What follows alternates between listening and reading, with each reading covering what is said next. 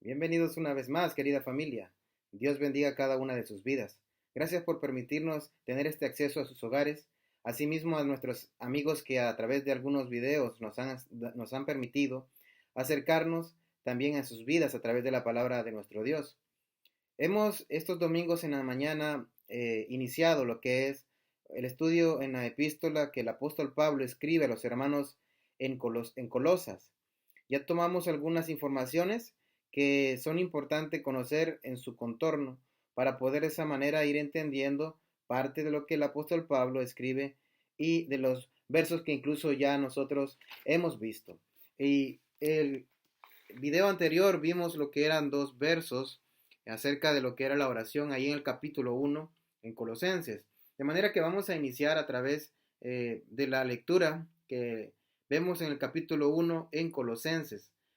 Capítulo 1 versos 3 y 4 dice de la siguiente manera: siempre orando por vosotros, damos gracias a Dios Padre de nuestro Señor Jesucristo, habiendo oído de vuestra fe en Cristo Jesús y del amor que tenéis a todos los santos. Bueno, estos dos versos nos enseñan cómo el apóstol Pablo pone aquí de manifiesto la importancia de la oración. Una manera constante de cómo oraba él, pero que también sus acompañantes, colaboradores, eran parte de esta práctica. Y vemos que en el inicio él habla que envían esta carta saludando también junto con el hermano Timoteo, que vimos ya en el video anterior quién fue este instrumento en aquel entonces. Entonces, vemos la importancia de la oración. El agradecimiento es muy necesario, porque es la forma en que nosotros reconocemos de las grandes bendiciones que nosotros tenemos por parte de Dios. Y en este caso, el apóstol Pablo tiene una razón. Él obtiene información de estos hermanos que están allá en Colosas y conoce que ellos están actuando o teniendo conductas buenas, pero también vemos más adelante que el apóstol Pablo escribe porque necesita confrontar algunos problemas que estaban pasando y que estaban buscando dañar la predicación del Evangelio. Problemas tales como era el gnosticismo, problemas tales como era el judaísmo, problemas de aquellos que creían que realmente Dios no pudo haber enviado a alguien así tan espiritual, o sea, que Cristo realmente no pudo haber permanecido materialmente, no pudo haber formado parte de un cuerpo, porque el cuerpo es pecaminoso. Entonces el apóstol Pablo más adelante va a tomar ciertas instrucciones que va a permitir a los hermanos en Colosa afirmar la fe y tener entonces hoy mayor autoridad para poder ellos confrontar alguna de estas problemáticas que habían surgido. En esta oración vemos que él dice, siempre orando por vosotros, damos gracias a Dios, Padre de nuestro Señor Jesucristo. Notemos, y en el video anterior tocamos un punto en cuanto a que Cristo es Dios también. Y vemos un poco el molde acá de la oración. Eso no significa que Cristo está en segundo plano o que deja de ser Dios. En esta sección se muestra la dignidad de Cristo, la también forma de cómo Él es importante en la vida del cristiano. Y eso era necesario que el apóstol Pablo de manera inteligente lo introdujera debido a las personas que no veían a Cristo como Dios.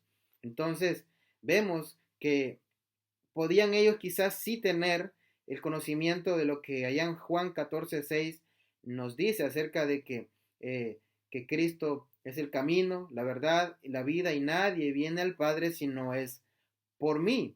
Y ellos podrían quizás, o podemos especular que ellos a lo mejor pensaban que sí, podían acercarse a Dios por medio de Cristo, pero que también era necesario añadir algunos intermediarios angelicales, porque es algo que más adelante lo habla el apóstol Pablo. Entonces, hoy en día en una oración no puede existir, e incluso ni en la comunión del ser humano con Dios, puede existir seres angelicales, otros medios, otros mediadores, porque no vemos ese ejemplo en las escrituras, más que solamente Cristo como el mediador. Cristo como el medio, como la puerta, ¿verdad? Y en una oración nosotros no podemos pedir a alguien más que solamente a Dios. Entonces, es muy importante ver esto, porque hay ideas en las que se implementan nombres de seres que no tienen nada que ver con Cristo, que no tiene esa esencia divina como la que es Cristo, y que se solicita la respuesta ya sea para X nombre y bajo X también monumento o estatua o digamos algún tipo de imagen. Eso no lo enseña la Escritura. Déjeme proveerle lo que el apóstol Pablo escribe acá en lo que el escritor en Hebreos, lo que el escritor en Hebreos nos enseña acerca de Cristo, ¿no? Cristo en Hebreos 4:14 dice lo siguiente: por tanto, teniendo un gran sumo sacerdote que traspasó los cielos, Jesús, note, no está diciendo el nombre de otra persona, no está diciendo el nombre de alguien diferente, no está diciendo el nombre de nadie más que solamente de Jesús. Entonces, por tanto, teniendo un gran sumo sacerdote que traspasó los cielos, Jesús, el Hijo de Dios, retengamos nuestra profesión. Entonces, nadie creó esto más que solamente Cristo. Entonces, en esta oración el apóstol Pablo dice, es muy importante entender esto, porque era de manera inteligente que él estructura también esta introducción, aunque sabemos que hace esto con las otras epístolas, de dar un agradecimiento, pero aquí era muy importante, debido a que los colosas iban a identificar que Cristo también tenía la misma esencia. Entonces, si usted mira en 1 de Timoteo, puede acompañarme en 1 de Timoteo. 1 de Timoteo, capítulo 2, por favor, acompáñenme en el versículo 5. 1 de Timoteo, capítulo 2, verso 5, es uno de los pasajes que nos ayudan también a mostrar que no podemos acercarnos a Dios con otros nombres, con otras personas, con seres angelicales, con estatuas, con imágenes. No podemos hacer eso. La Escritura nos dice en 1 Timoteo 2:5, porque hay un solo Dios y un solo mediador entre Dios y los hombres, Jesucristo hombre. De manera que usted tiene la seguridad de que este Dios amoroso, misericordioso, que le permite dar toda la vida eterna, es a través de Cristo también, que no existe nada más y que Cristo quiere acogerlo, abrazarlo, amarlo, hacer que usted tenga todas las bendiciones espirituales de las cuales usted puede leer en Efesios capítulo 1 del versículo 3 en adelante, de las cuales usted ya goza tener. En el caso del cristiano, el perdón de pecados, el don del Espíritu Santo. Muy importante es destacar esto, porque es como nosotros nos vamos a sentir agradecidos realmente. Es como usted va a sentirse feliz por lo que tiene. Y regresando a Colosenses, entonces vamos a ver lo que el apóstol Pablo dice, ¿no? Y habiendo oído de vuestra fe en Cristo Jesús y del amor que tenéis a todos los santos. Debemos destacar algo. Cristo básicamente viene como ese ungido, viene como el Mesías. Cristo es aquel Hijo de Dios. Entonces es el Señor, es el que es exaltado por el Padre a su diestra, tanto en su encarnación como en su glorificación. El Hijo de Dios franqueó el abismo. El Hijo de Dios viene a existir como aquel puente entre el cielo y la tierra. Viene a forjar ese puente único entre lo que es la relación que puede tener el hombre con Dios. Nada ni nadie más hace eso, que solamente Cristo, quien ya lo realizó allá en la cruz, que murió y que resucitó al tercer día. En realidad, este Cristo es el Señor eternamente, es el que está soberano para con nosotros como Dios y como Creador también. Este es el Hijo eterno que se despojó a sí mismo, Filipenses 2:7, Este es el que se hizo hombre y fue hecho un poco menor que los ángeles. Hebreos 2:9, a fin de probar la muerte por nosotros. Pero este hombre, a quien el Padre ahora lo ha exaltado, como dijo Pedro al concluir la predicación en el día de Pentecostés, a este Jesús, a quien vosotros crucificasteis, Dios le ha hecho Señor y le ha hecho Cristo. Hechos 2:36. Entonces no hay alguien fuera de Cristo que nos pueda hacer tener esa comunión con Dios. Nuestra oración también es así. No puede existir otro ser o algo distinto que no solamente sea Cristo, que solamente sea Cristo. Ese amor, esa paz, esa misericordia, esa comunión con Dios, solo existe entre esto, entre Dios y Cristo. Y al recibir el Espíritu Santo al momento de pasar por las aguas del bautismo. De manera que viene y dice, habiendo oído de vuestra fe en Cristo Jesús y del amor que tenéis a todos los santos. Entonces, básicamente, Pablo toma el reporte, por decir así, o la noticia que Epafras, un gran servidor, le trae ahí en el verso 8. Y hay algo que les motiva aquí. Esto es, escucharon que ellos tenían fe en Cristo. Es decir, el centro de su creencia es Cristo, pero la práctica de su amor es para con la iglesia, para con los santos. De manera que Pablo y Timoteo, estos dos versos nos enseñan que practican continuamente la oración, pero también que recuerdan siempre a los colosenses y que dan gracias por ellos a causa de esa fe, de ese amor. Y note el verso 5, a causa de la esperanza que os está guardada en los cielos, de la cual ya habéis oído por la palabra verdadera del Evangelio.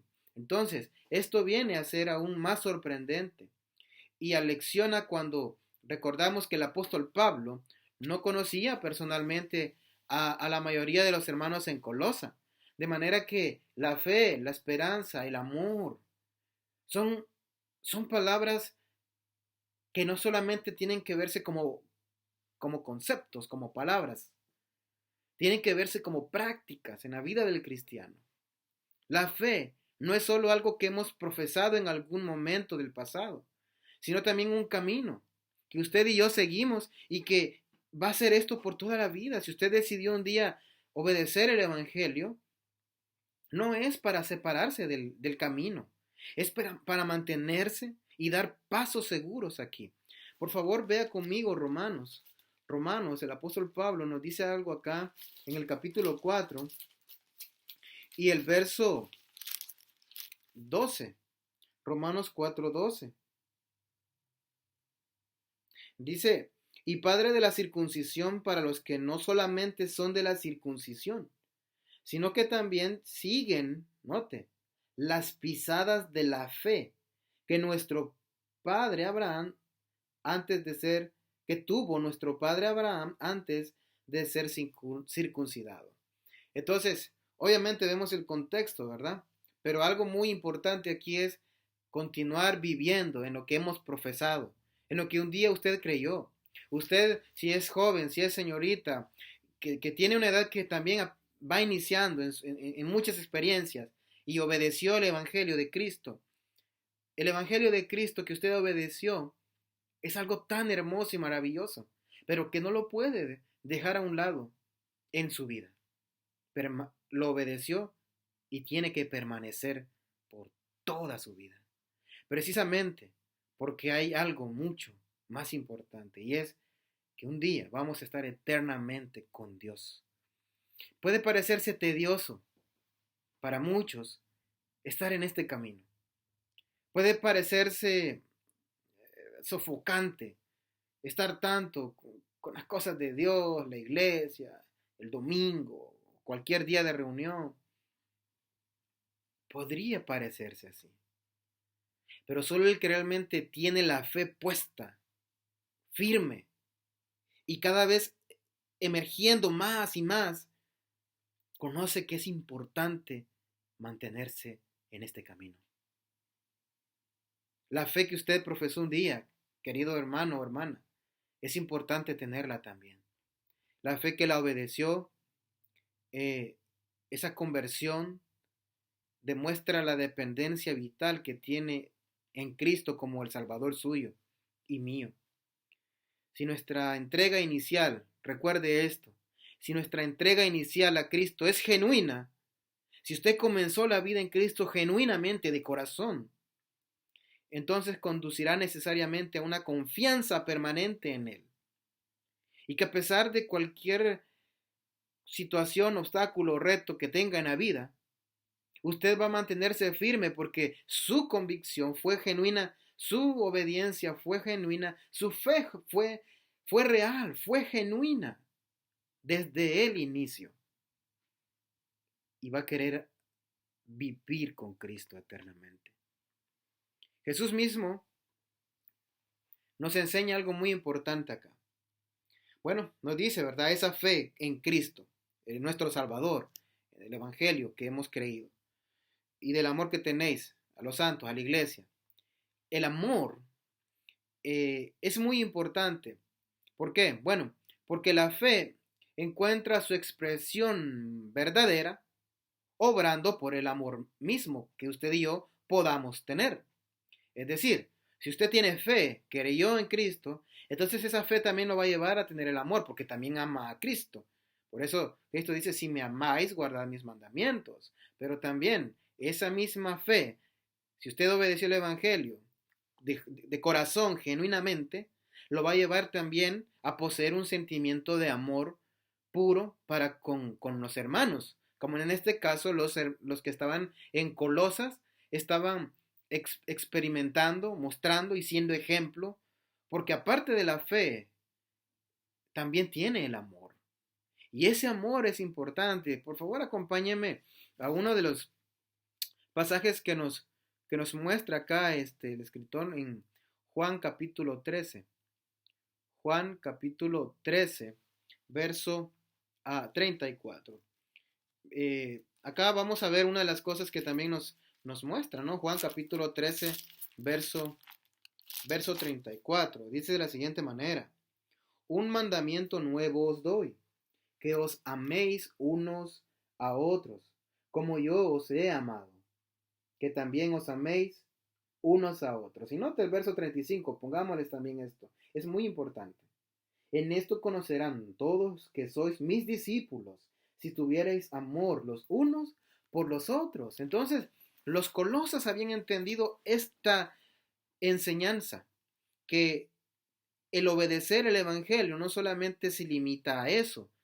Bueno, ya salí de las aguas del bautismo, recibí el perdón de pecados, recibí el don del Espíritu Santo, fui añadido, Hechos 2, fue añadido al reino eterno, al reino, a la iglesia de Cristo, Colosenses 1, 13, 14, por medio de esa sangre de Cristo.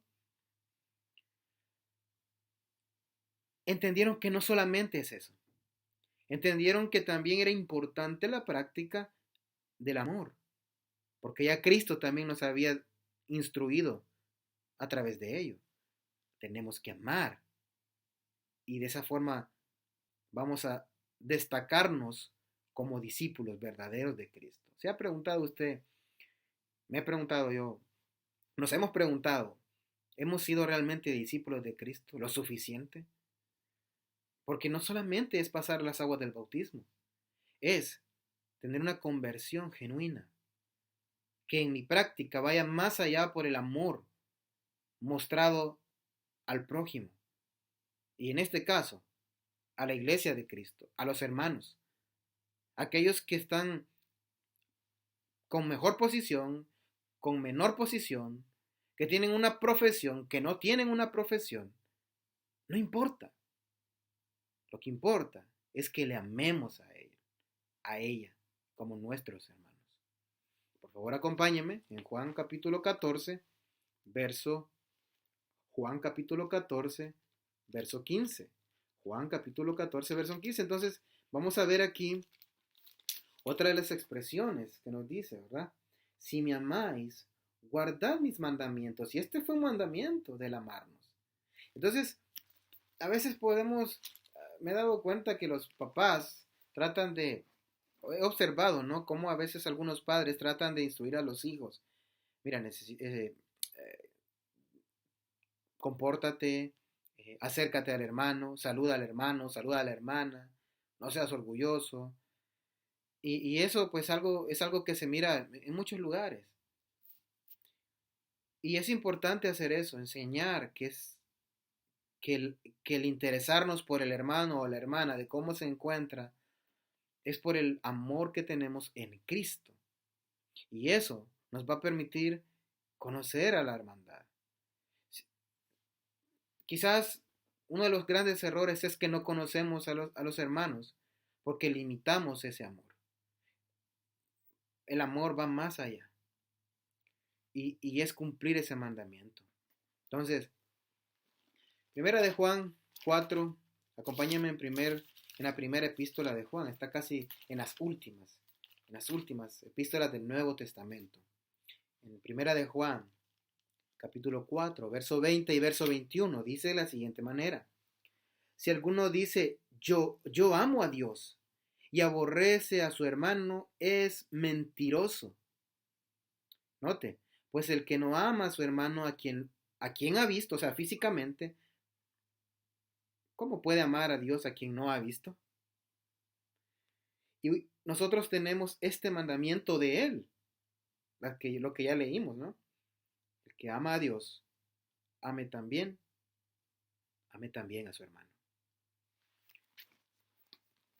Cuando Pablo nos enseña en esta oración, ¿verdad? Dice que ha oído de la fe que tienen en Cristo, allá en Colosenses, y del amor que tenéis para con los hermanos.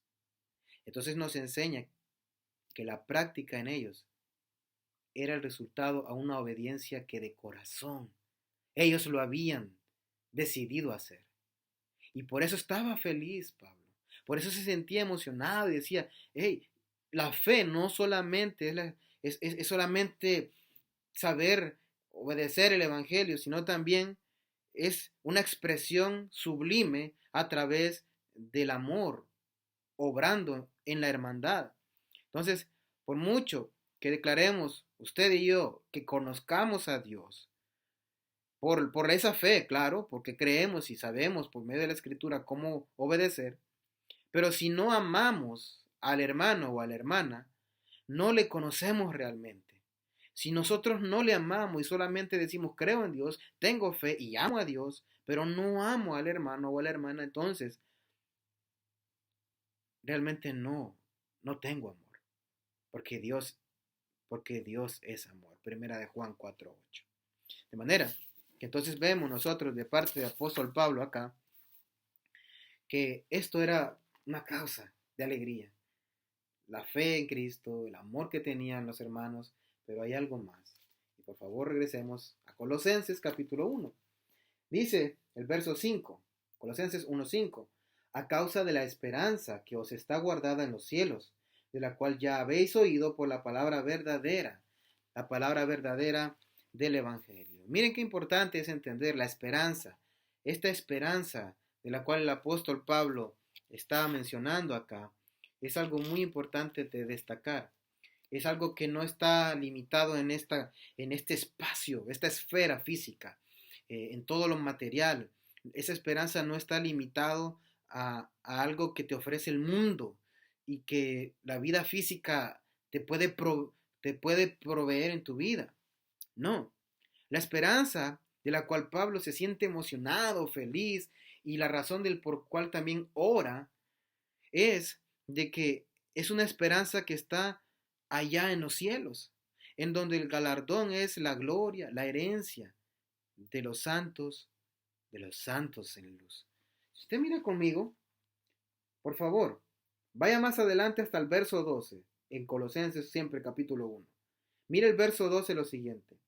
Dice, con gozo dando gracias al Padre que nos hizo aptos para participar de la herencia de los santos en luz. Entonces, hay una enorme alegría, porque hay algo mucho más importante que se extiende a lo físico. Esto material un día va a perecer, va a destruirse, ya no va a existir. Pero lo eterno en Dios sí. Y Pablo nos enseña acá que ese es el gran galardón que usted y yo tenemos. y las bendiciones que los colosas recibirían cuando Cristo se llegue a manifestar. Acompáñenme en Gálatas. No pierda Colosenses, por favor. Póngalo en separador. Si tiene un separador, póngalo, porque vamos a regresar a esta epístola siempre. Pero vea Gálatas. Y el apóstol Pablo, escribiendo aquí a los hermanos, les dice lo siguiente. Capítulo 5, verso 5. Dice, pues nosotros por el Espíritu aguardamos por fe la esperanza de la justicia. Hoy acompáñenme en Tito. Tito, vámonos a Tito. Está después de primera, segunda de Timoteo, después viene Tito. Entonces, Tito capítulo 2, verso 13. Aguardando la esperanza, 2.13, Tito 2.13, aguardando la esperanza bienaventurada y la manifestación gloriosa de nuestro gran Dios y Salvador Jesucristo. Note el verso 14, quien se dio a sí mismo por nosotros para redimirnos de toda iniquidad y purificar para sí un pueblo propio, celoso de buenas obras. Entonces, mire, esto es muy importante ver. La esperanza reservada en los cielos. ¡Wow! Esto es sorprendente. Esto es maravilloso. Esto es algo que no es limitado a lo físico.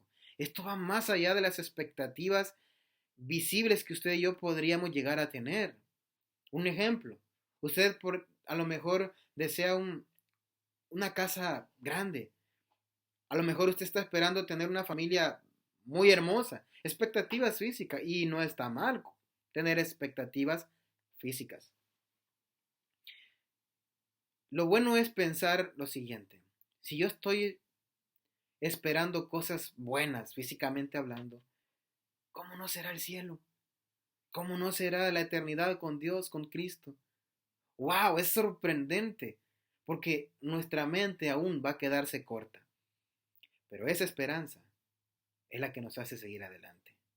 Es la que se sentía gozoso Pablo de tenerla a él y de que conoce que los hermanos en Colosa lo tenían también.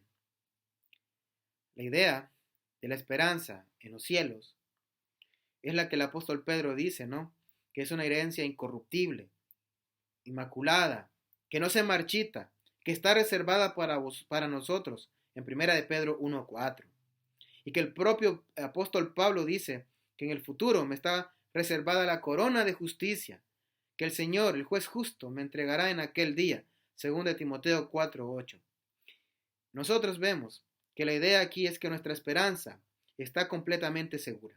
Porque si algo está reservado en los cielos, es entonces porque Dios lo está cuidando para usted y para mí.